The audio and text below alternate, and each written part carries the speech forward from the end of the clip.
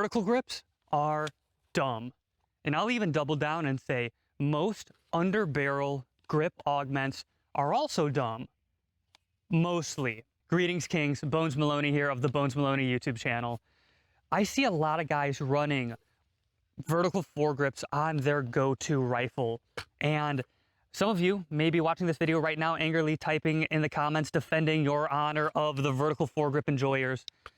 But I think a lot of people don't realize the limitations and how putting an extra piece of geometry here on the underside of your forend of a long gun really changes how you use it and limits the flexibility of the weapon system.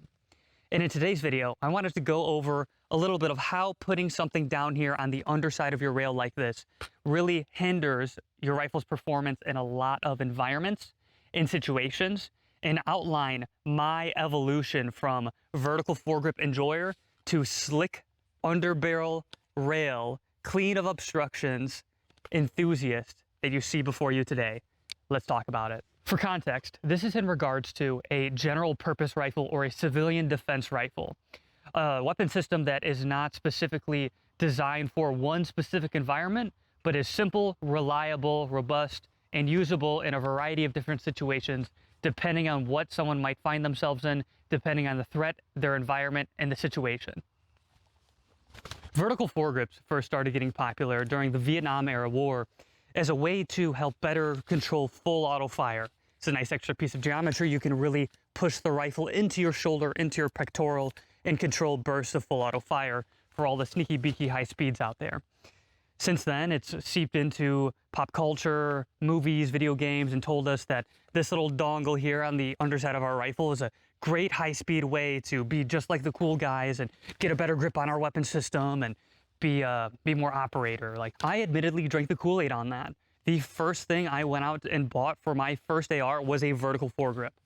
But over the years and over the time of carrying a rifle for an extended period of time, operating with it and using one in unconventional and more unique situations, I realized that this down here really just wasn't doing it for me, and it adds a lot of extra BS I don't like to deal with my weapon system, and really limits what I can do with this thing depending on the environment. So let's start with the old school doctrine of how you use a vertical foregrip. And this is pretty dated, and I think a lot of people understand that this isn't ideal. But back in the day, it used to be taught that you grab this thing like a gangster and you use it to hold the rifle up like this and aim, and it helps you to really pull it into your body and do long strings of fire. But this here isn't super stable. It really isn't any more stable than just going like this. And it really does, unless you really have the rifle tucked in like this, it's really easy to kind of wobble it back and forth. So then you say, well, maybe I'll just use it like a hand stop and run it like this.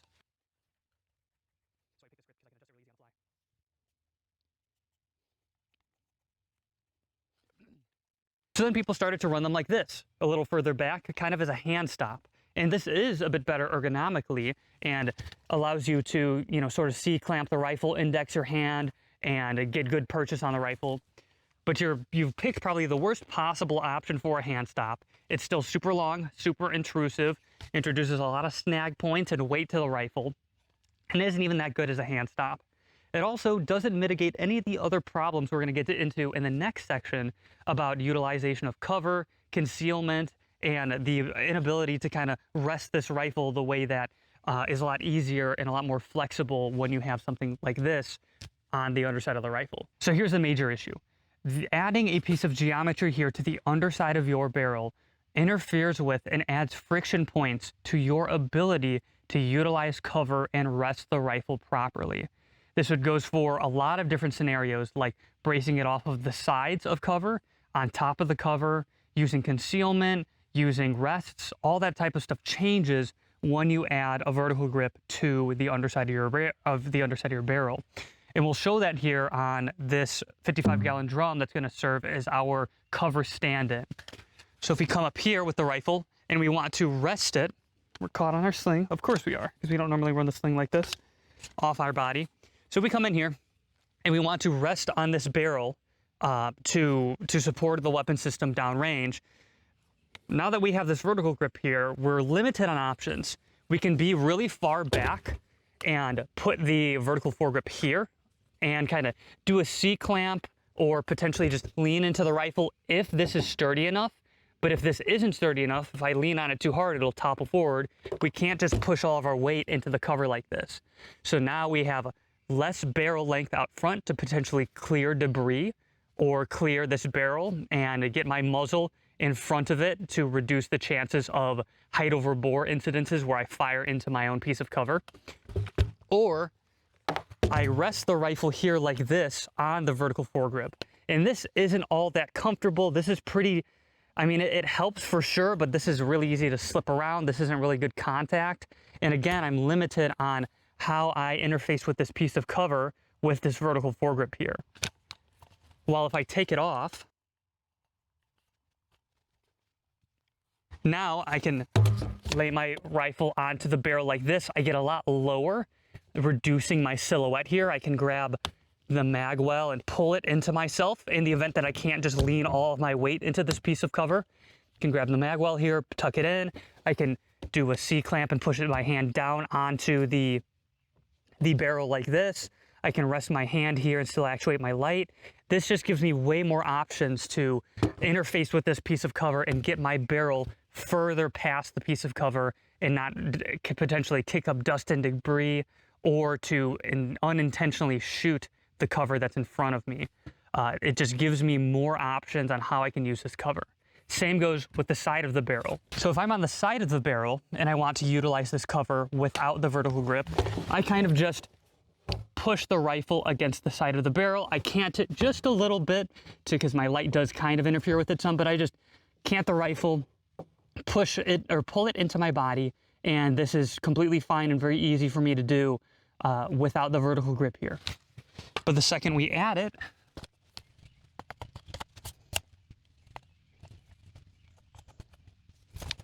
once we add it, this kind of becomes a little more difficult because I can't cant the rifle as far over like I'd like to.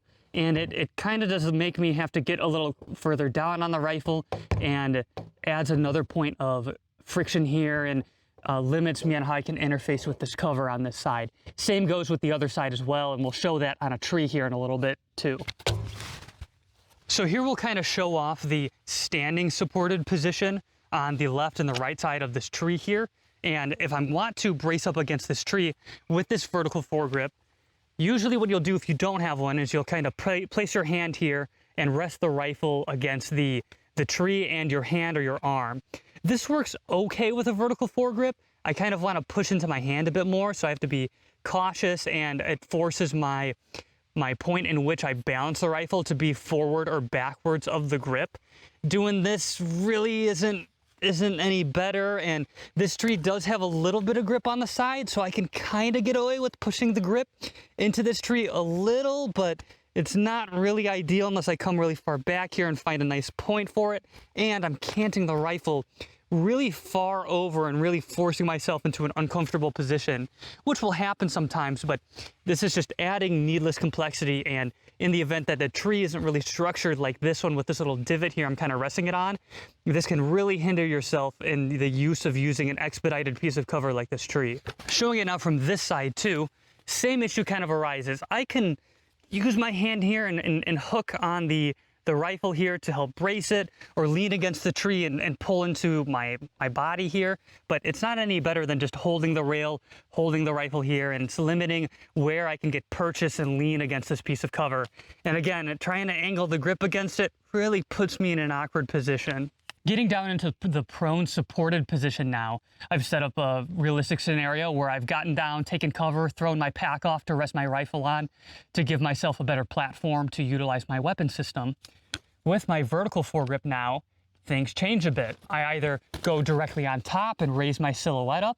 This also isn't nearly as stable of a platform as if this wasn't here at all, and also lifts my body up, exposing more of me. And in the event that I'm taking hostile fire, I'm gonna wanna get down as low as I possibly can. The other option that I do is I back up a bit and rest the rifle against rest the foregrip against the side of the bag here and kind of push into it. This also isn't really ideal because, as you can see, my barrel barely clears my bag and will likely damage it over time of shooting. And in the event that I don't have a full-length handguard, the barrel resting on my bag could potentially burn it or melt it. And you say, well, you know, a full-length handguard will take away that risk. And you are right, but now you're adding even more weight. Now you have a vertical foregrip up front and a full-length handguard just to kind of mitigate this scenario. You're just adding weight to solve problems that you wouldn't have in the first place if you didn't run a vertical foregrip.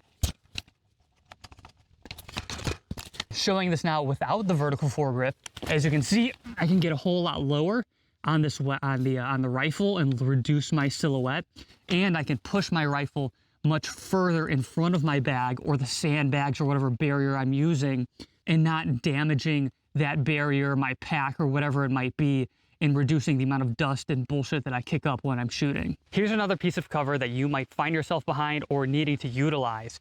A random pile of bullshit and debris that you are now taking cover behind fighting the HOA goons. Adding this vertical foregrip here can help me in some situations. I kind of identify here, I can rest the rifle here and brace it against the foregrip and do shooting and kind of turret off of it, and this is one of the small benefits of a vertical foregrip. However, this also gives me a lot of snag points, and if this vertical foregrip wasn't here, I'd still be able to utilize this just fine and not be worried about potentially getting this hung up on more bullshit like all this chain link fence here. Also, if I wanted to, say, use this chain link fence now, I have to hook this vertical foregrip into the chain link fence to utilize it rather than just resting my rifle right on top. And in the moment when you're heated and you are moving under fire, this can very easily become snagged and fuck you up and get you stuck in a location far longer than you want to because you have this little dongle down here on the underside of your rifle. Utilizing this cover without the vertical grip, I can easily rest my rifle on whatever piece I'd like to. I'm not worried about snag points. Can come in here, get real low, push up against the cover, be totally fine clearing it, not risking shooting part of the cover or getting snagged on anything.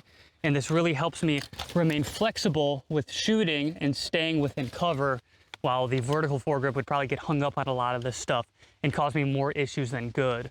Some guys might bring up the vertical foregrip as a good way to index your hand on the fore end of a rifle to be able to actuate your lights easier or your IR lasers.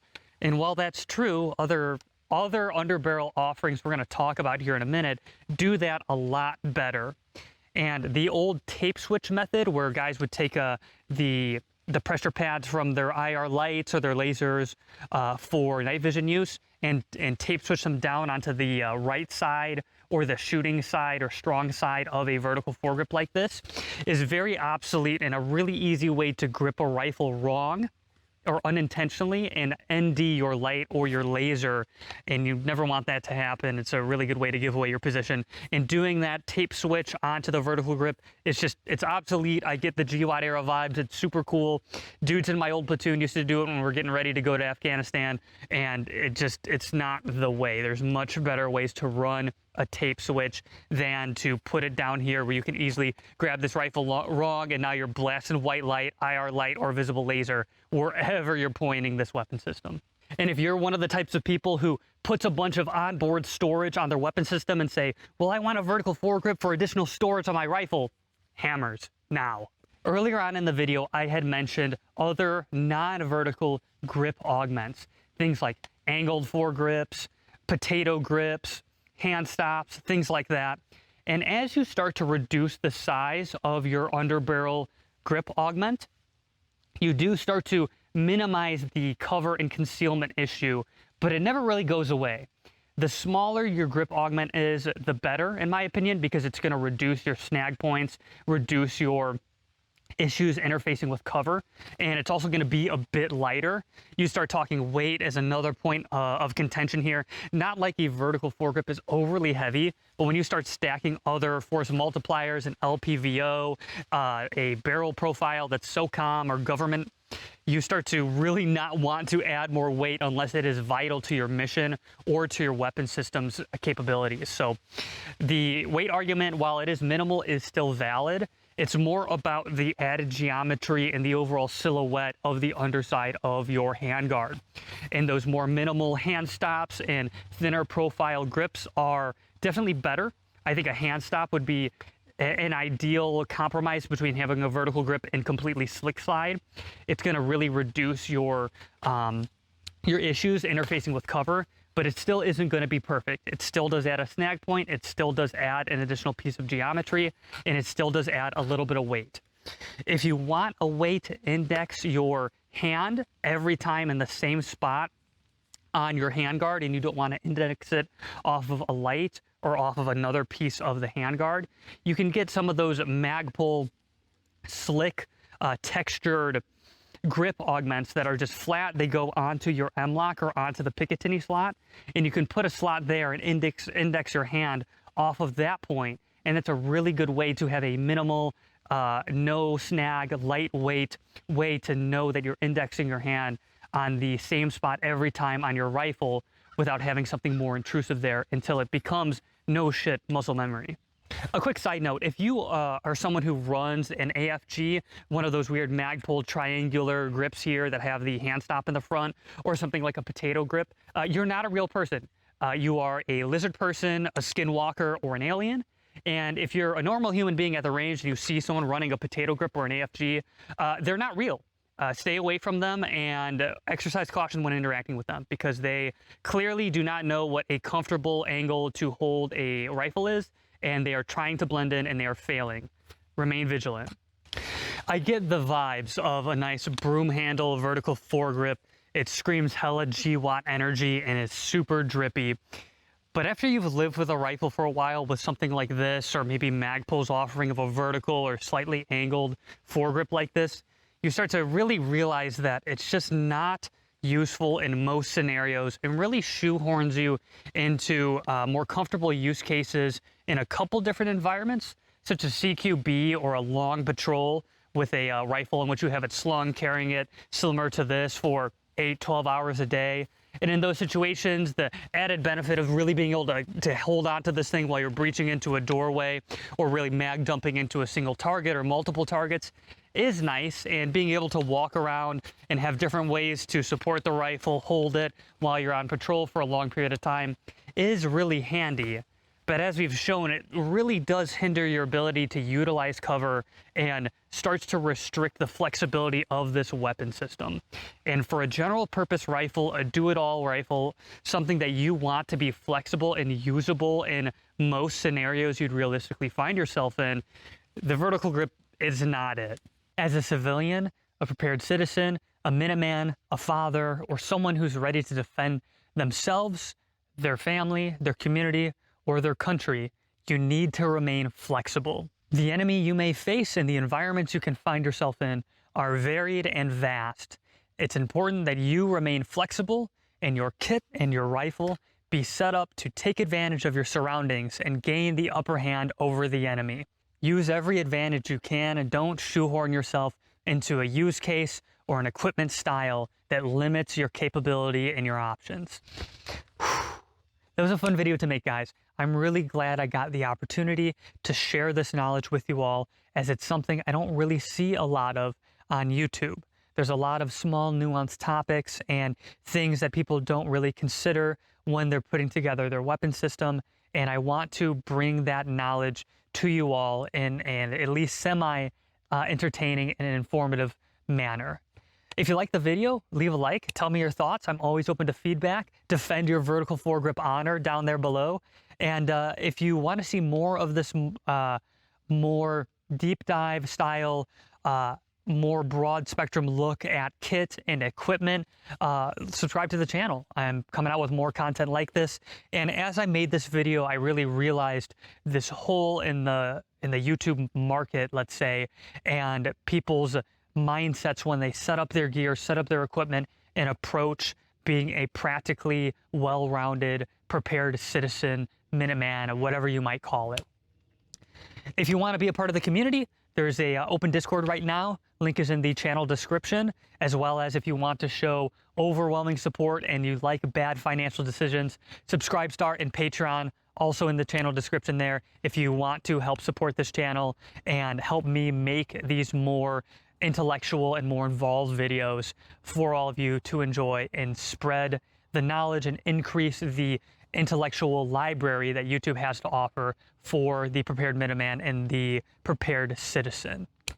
As always, Kings, keep your heads held high. Bones out. Hello, Stick. Ah!